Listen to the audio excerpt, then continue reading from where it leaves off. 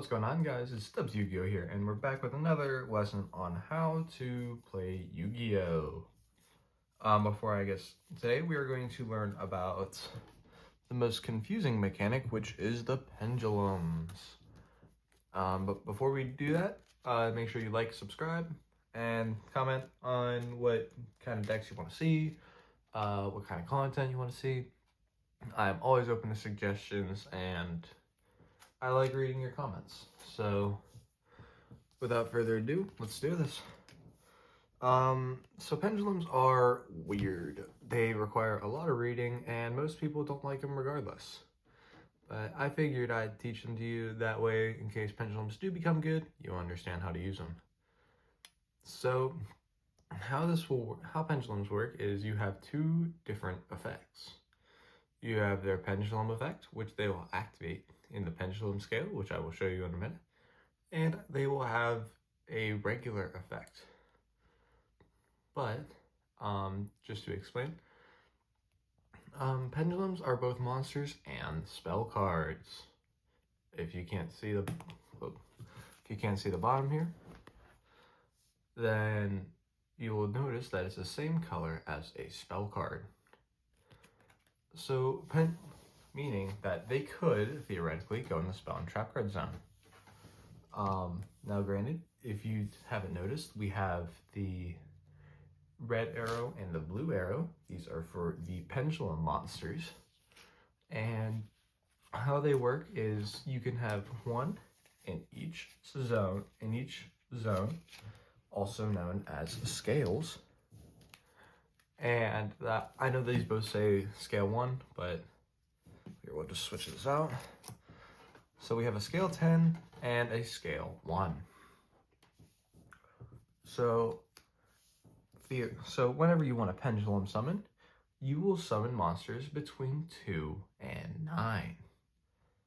It's basically just the range from 1 to 10, it's a range between the two scales, but not the same level as the scales. That being said, there are things like scale 0 and scale 13, so you can summon a range of monsters from your hand or theoretically from your extra deck. And this is where pendulums get weird, because you cannot, whenever they are in their pendulum zone, they are treated as spell cards and use this top effect, also known as its pendulum effect. Therefore, it cannot battle, and it is still a spell card.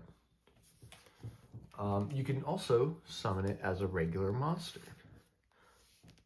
Now, whenever a pendulum monster is destroyed, when it's on the field, it goes to the extra deck face up. So normally your extra deck will be face down, but for this type of monster, you'll need the pendulum monsters go face up. Then, if you have monsters between the two scales in the extra deck, you could pendulum summon it out into the extra monster zone.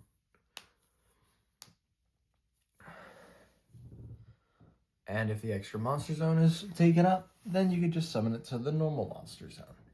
Either way works. Now, if you end up having to send a pendulum monster from your hand, like if you end up getting rid of a pendulum monster from your hand, not by summoning it, it will go to the graveyard. And then for the extra deck monsters, I'm just playing, these are just Valence just cause, but it's an easy pendulum deck to learn. Even though it is, yes, an extra deck monster, if it's summoned and then gets destroyed, it goes back to the extra deck instead.